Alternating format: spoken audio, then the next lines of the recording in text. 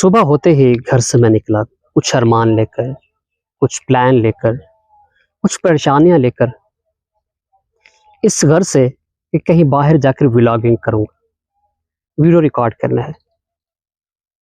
اور چلتے چلتے یہاں شاید کسی قبر پہ میرے قدم پڑے تو میرے خیال میں یہ آواز آئی کہ کوئی کہہ رہا تھا، سنبھل کر چل اے چلنے والے، کبھی ہم بھی انسان ہوا کرتے تھے، کبھی ہم بھی ولاگر تھے، کبھی ہم بھی ویڈیو کریٹر تھے، کبھی ہم بھی کنٹینٹ کریٹر تھے، کبھی ہم بھی یوٹیوبر تھے، کبھی ہم بھی چودھری صاحب تھے، کبھی ہم بھی M N A M P, کبھی قاری صاحب اور بڑے فیمس تھے۔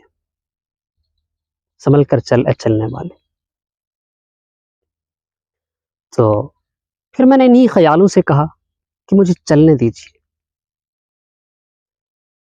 میں نے جا کے کسی بڑے آدمی کی ویڈیو ریکارڈ کرنا ہے، کوئی فیمس بندہ جا کر تلاش کرنا ہے، اس کی ویڈیو ریکارڈ کر کے انٹرویو کر کے مجھے لاکھوں ویوز ملیں گی اور بڑی گاڑی ملے گی، بڑا گھر بنے گا اور بڑی تعداد میں ارننگ ہوگی۔ بہت کچھ خیال تھے، کیونکہ انسان پتھر دل ہے۔ پھر بھی میں یہی خیال جاری رکھتے ہوئے آگے چل پڑا۔ مجھے یہی لگا، ایک حیرت کا جھٹکا جیسے محسوس ہوتا ہے، کسی نے میرے پاؤں کھینچ لیے ہوں۔ کہاں چلنا ہے؟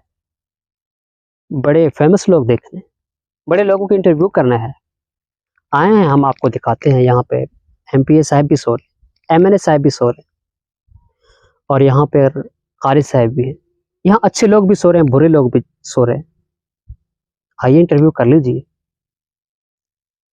بھلے یہ لوگ جانتے نہیں ہیں، یعنی آپ کو نہیں جانتے، آپ کو دیکھ تو رہے، آپ کی آواز سن رہے ہیں،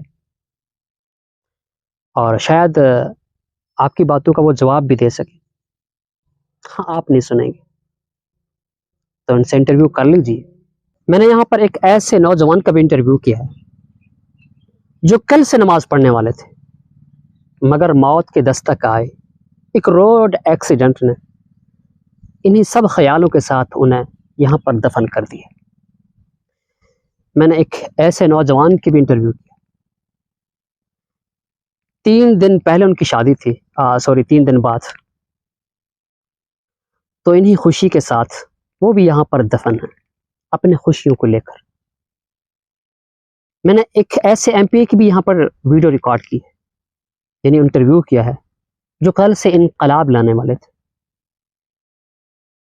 میں نے یہاں سے ایسے حسین و جمیل نوجوان کے کچھ انٹرویو کیے ہیں جو کل یہ سوچ رہے تھے کہ اپنی خوبصورتی میں اضافہ کس طرح کریں، پر یہاں مٹی میں وہ سو رہے۔ اس طرح کی اور بھی 4 انٹرویو میں نے کی ہیں، وہ آپ سے انشاءاللہ ضرور شیئر کروں گا۔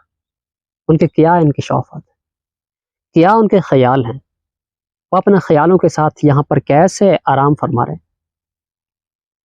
حسن ظن ہے کہ مسلمان تھے، شاید خوشیوں میں ہوں گے۔ یہ ویڈیو ضرور دیکھ لیجئے گا، انشاءاللہ بہت جلد میں یہ انٹرویو میں اپلوڈ کرنے والا ہوں، اور شاید انٹرنیٹ کی اس بڑی دنیا میں آپ مجھے پھر تلاش نہ کر سکیں، میں آپ کے ہاتھ سے نکل جاؤں، یہ انٹرویو بھی، یہ سب کچھ۔ تو بہتر ہے آپ اس چینل کو سبسکرائب کر لیں۔ میں ان سے تو یہاں نہیں کہہ سکتا، انٹرویو تو میں نے یہاں پہ کیے ہیں، یہ لوگ سنتے رہے میری بات کو، توجہ سے سن رہے ہوں گے، مجھے دیکھ بھی رہے ہوں گے، مجھے جھنجھوڑ بھی رہے ہوں گے، یہ مجھے کیا کہہ رہے ہوں گے، یہ بھی میں نے انٹرویو کیا۔ تو ان کے اختیار میں نہیں ہے، ان کے پاس موبائل نہیں ہے، اسمارٹ فون نہیں ہے، یہاں پر سگنل نہیں ہے، کنیکشن نہیں ہے، انٹرنیٹ نہیں ہے، یہ کیسے چینل کو سبسکرائب کریں؟ ان کے پاس اختیار نہیں ہے۔ آپ کے ہاتھ کام کر سکتے ہیں، آپ بہت کچھ کر سکتے ہیں، آپ کے پاس اختیار ہے۔